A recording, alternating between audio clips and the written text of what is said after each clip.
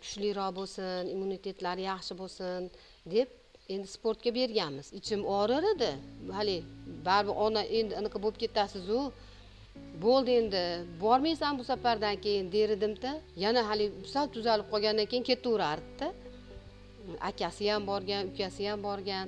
Bir marta shu paytida musobaqa bo'lganda borganman. Yutdi o'g'lim ashunda.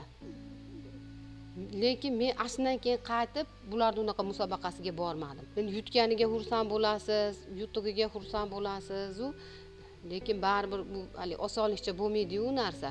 Ona ichingizdan o'tganini o'zingiz bilib o'tirasiz-da.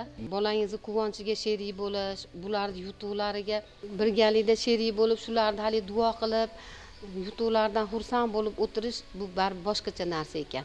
Mana shu Rahmon Mirzo musobaqalarda yutdi desa ham xursand bo'lib ketaman-da, ich-ichimga sig'may ketaman. G'alaba bo'lsa endi hamma xursand bo'ladi-da.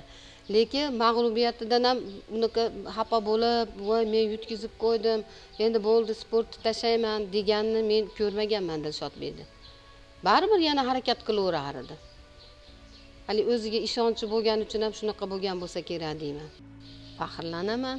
Shunday o'g'lim borligidan, shunaqa farzandlarni Xudoyim menga berganidan, nasib qilganidan ming martadan shukr qilaman. Nimaga desangiz, ota-onani yutug'i boshqa hech narsa men o'lchamar ekan deyman men. U moli dunyo, pul, amal, hamma narsasi o'tkinchi ekan-da. Sizni orqangizda eslanadigan narsa bu farzandlaringiz ekan. Shularga yaxshi tarbiya bersangiz, hamma palonchi farzand ekan, ota-onasiga rahmat deb qo'ysa shu gap kerak ekan.